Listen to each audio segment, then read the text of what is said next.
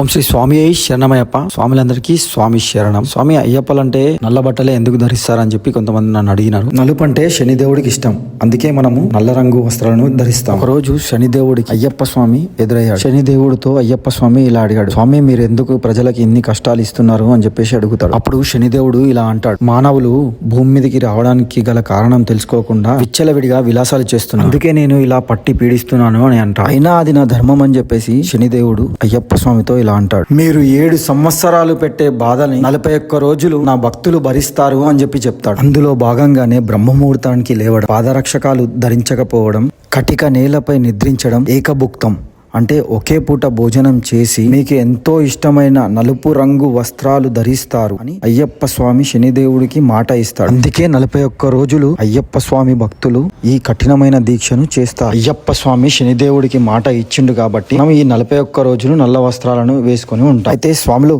ఈ 41 రోజుల్లో మీరు ఎన్ని పడి పూజలకు అటెండ్ అయ్యారో కామెంట్ చేసి చెప్పండి. స్వామి శరణమయ్యప్ప.